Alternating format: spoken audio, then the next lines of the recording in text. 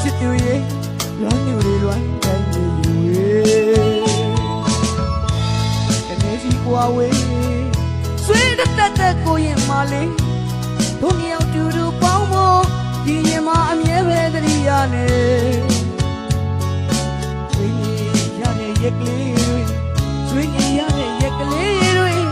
ဝေးချင်ရင်ဝေးတော့ချစ်သူရဲ့ဆွေးကပါလေကဆောင်ချူရဲ့